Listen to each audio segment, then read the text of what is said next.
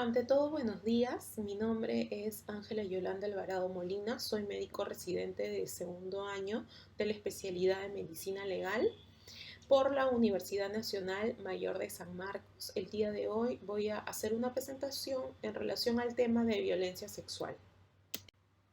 Y para hablar de violencia sexual tenemos que conocer dos definiciones. ¿Qué cosa es violencia sexual y qué cosa significa violación?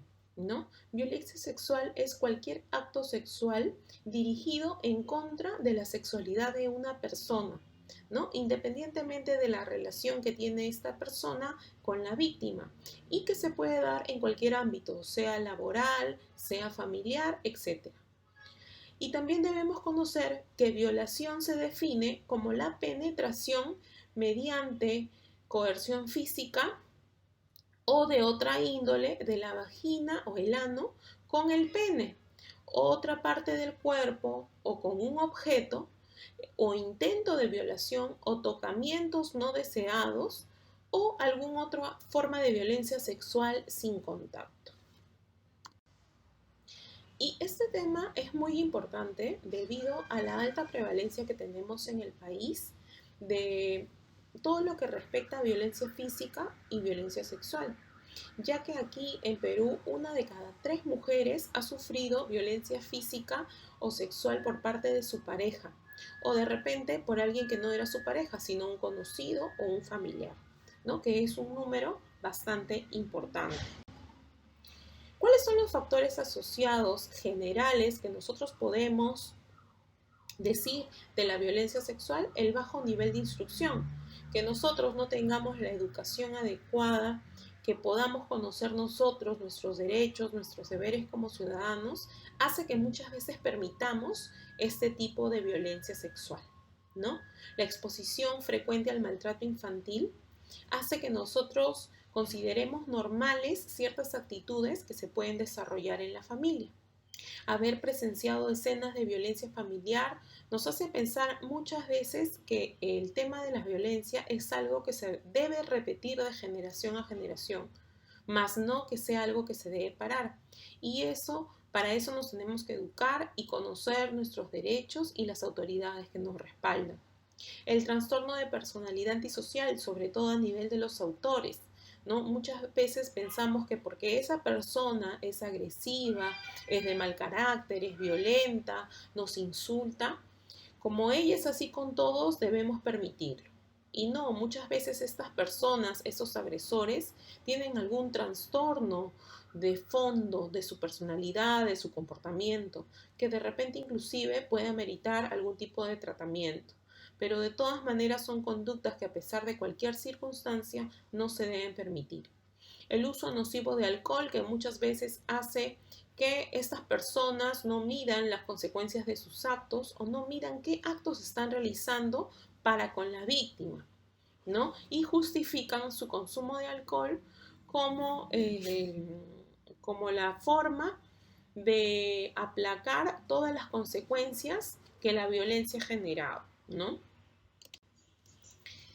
Otros factores asociados generales también son los comportamientos masculinos dañinos, que desgraciadamente estamos en una sociedad aún machista en el cual se permite que el hombre tenga ciertos privilegios o ciertas conductas en relación a su superioridad contra la mujer. Esto lo hace como tener múltiples parejas o permitirles la violencia en casa, que esta línea de violencia no se detenga, ¿no? Lo cual debemos frenar. Normas comunitarias que otorgan privilegios o condiciones superiores a los hombres, como les repito, es una situación que año a año vamos tratando de nivelarla, pero que sin embargo todavía en algunos lugares es muy fuerte de que los hombres tengan mejores condiciones y mejor trato que las mujeres, ¿no? El escaso acceso de la mujer a un empleo remunerado es una situación que todavía se está dando en el país, ¿no? El poco alcance que tiene la mujer de recursos. Entonces, la mujer al pensar que el hombre es el proveedor, piensa que tiene toda la capacidad de permitirle estos tipos de violencia física y sexual, ¿no? Los bajos niveles de igualdad de género, que es lo que estamos hablando, ¿no? Que muchas veces nosotros mismos dentro de nuestra familia consideramos que el grupo masculino es mucho más importante o merece más respeto que el grupo femenino. Y es algo que debemos cambiar, ¿no?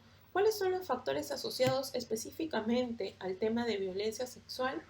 La creencia en el honor de la familia y la pureza sexual, que nos hace pensar que si ya nos involucramos o tenemos una relación con una persona, con una pareja por un periodo de tiempo, y si esta pareja es lo que nos ha tocado vivir, nos golpea, nos maltrata, nos insulta, debemos quedarnos con esta persona.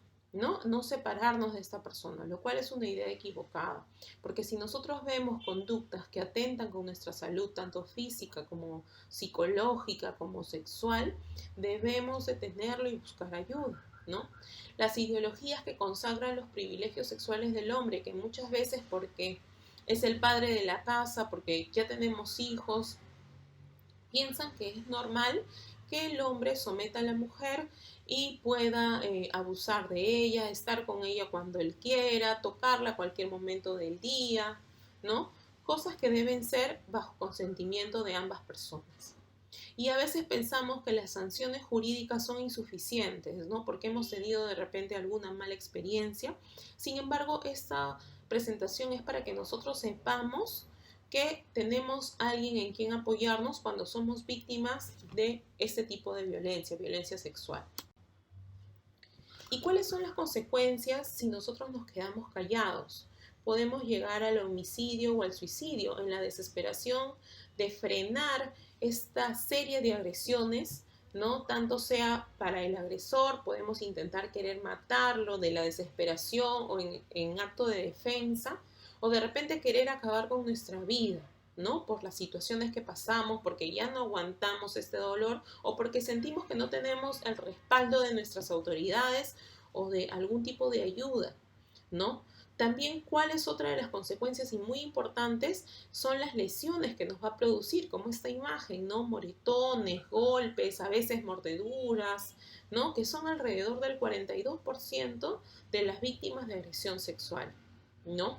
También puede ocasionar embarazos no deseados, ¿no? Porque la mujer es ultrajada, ¿no? Vulnerada su sexualidad, y en ese momento puede ser que pueda producirse un embarazo. Y no solamente un embarazo, sino múltiples enfermedades de transmisión sexual si es que no estamos con una sola pareja, no nos cuidamos, no conversamos con esta persona. Muchas veces esta persona puede tener múltiples parejas sexuales que nos pueden llegar a transmitir alguna enfermedad a la víctima, ¿no? Todas estas formas de violencia nos causan no solo trastornos físicos, sino también trastornos emocionales como la tristeza, depresión, ansiedad, problemas para conciliar el sueño, trastornos del apetito como comer mucho o dejar de comer, y problemas no solo con el consumo de alcohol, sino también con el consumo de drogas. También puede tener efectos que se reflejen en nuestro cuerpo, no necesariamente cuando nos golpean, sino también por el hecho de que nuestro cuerpo manifiesta todos nuestros niveles de estrés y de ansiedad, como dolores de cabeza, dolores de estómago, ¿no? Limitaciones en el movimiento, dolores de espalda, malas posturas y de mala salud en general, ¿no? Asimismo, incrementa el consumo de tabaco y, como ya lo mencioné, de algunas drogas, y sobre todo de prácticas sexuales de riesgo, de repente en busca de alguien que pueda ser el consuelo de todas estas situaciones que nos está pasando, ¿no? Al desconocer todos los beneficios que nosotros podemos encontrar en nuestras autoridades, ¿no?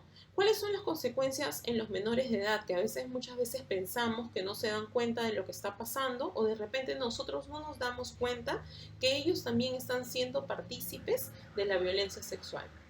Los niños que crecen en familias en las que hay violencia pueden sufrir trastornos de conducta y trastornos emocionales, y los vamos a ver cuando ellos acudan al colegio, cuando la profesora nos reporte que de repente ese niño es muy inquieto, que de repente ese niño se duerme en clases, que de repente ese niño llora o les hace la pelea a sus amiguitos. Entonces, esto es una manifestación de la violencia física en los menores, ¿no? También está asociado a mayor tasa de mortalidad y morbilidad. ¿Qué quiere decir? A mayor tasa de muerte y de enfermedades en los más pequeños, en los lactantes y en los niños, debido a que el cuidado no va a ser el mismo en una familia en la cual la violencia es de día a día.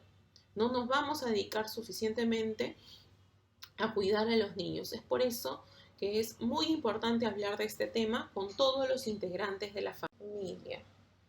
Y esta imagen nos va a mostrar 7 estrategias para prevenir la violencia contra las mujeres, ¿no? ¿Cuál es la primera estrategia? Las relaciones con habilidades fortalecidas, las relaciones que se basen en la comunicación, en la comprensión, que no atenten contra la salud de la mujer. El empoderamiento de las mujeres del hogar significa que les demos un rol importante a la mujer y la capacidad de desarrollarse y tener una opinión, un voto importante dentro de la familia. Los servicios garantizados, que significa que nosotros tenemos los derechos y tenemos la oportunidad de acceder a ciertos servicios que van a respaldar y van a detener la violencia, ¿no? Si es que sufrimos en algún momento de esta. La pobreza reducida, que es algo que todos los países intentan de forma consecutiva detener este tipo de violencia para fortalecer a todas las familias y que el nivel de pobreza vaya disminuyendo conforme pase el tiempo para que esta familia sea más educada y se fortalezca y pueda tener mejores recursos para no sufrir ningún tipo de necesidad que pueda afectar la conducta de sus integrantes, ¿no? Tener un entorno seguro, una sociedad segura, donde tanto las escuelas como los lugares públicos como los lugares de trabajo nos puedan tener un ambiente sin violencia. El trabajo en la prevención del abuso de niños, niñas y adolescentes, que hace que fortalezcamos nuestro nivel de comunicación con todos los integrantes del hogar para que ninguno de estos padezca un tipo de violencia. Y la obtención de un cambio, no solamente de las actitudes, las creencias, sino de la sociedad en general, que nos permita a todos, tanto hombres, mujeres, niños y adolescentes, avanzar dentro de nuestro grupo familiar, ¿no? También es importante saber que el consentimiento sexual se debe dar explícitamente de una hacia la otra persona, ¿no? Que debe ser otorgado sin ninguna fuerza, libremente. Debe ser explícito, tanto en palabras o en acciones, ¿no? Y debe ser específico para cada acto, porque la persona, por ejemplo, si yo ya tengo hijos con mi pareja y ya no quiero estar con esa pareja, no significa que porque yo haya estado anteriormente con esta persona pueda disponer de mí, de mi cuerpo, de mi tiempo cuando lo crea conveniente. Tiene que ser un acto siempre constante y específico para cada ocasión. Y también tenemos que tener la capacidad de poder decir no en cualquier momento y de decir ya no quiero tener esta relación contigo, ya no quiero volver a salir contigo y que estas decisiones sean respetadas, ¿no?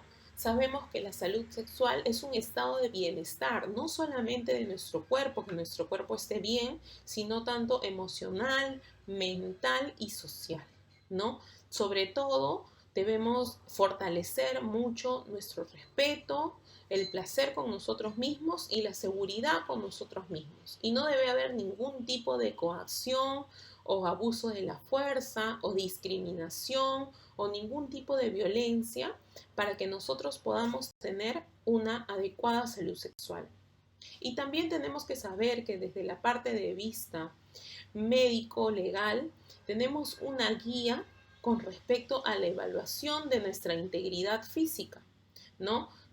De nuestra integridad física y de nuestra integridad sexual. para lo cual contamos con médicos especializados que van a poder evaluar no solamente en los adultos, sino en los niños, si la integridad sexual en nosotros está conservada para con nuestras decisiones. ¿Ya? Entonces tenemos que saber que hay múltiples entidades como el Ministerio Público, como la policía, que nos apoyan a tener una adecuada integridad sexual y que van en contra de la violencia, no solo para mujeres, sino para hombres, niños y adolescentes. Y esto es un video que les quería mostrar acerca de la violencia sexual.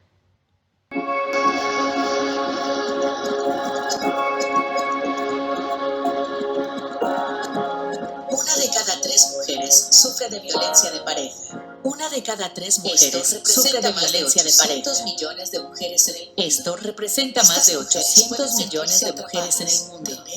Estas mujeres pueden sentirse atrapadas, tienen una vida restringida. Muchas veces estas mujeres tienen una vida restringida. Deben acabar sin dinero. Las que piensan en irse del hogar temen acabar sin dinero o perder a sus hijos.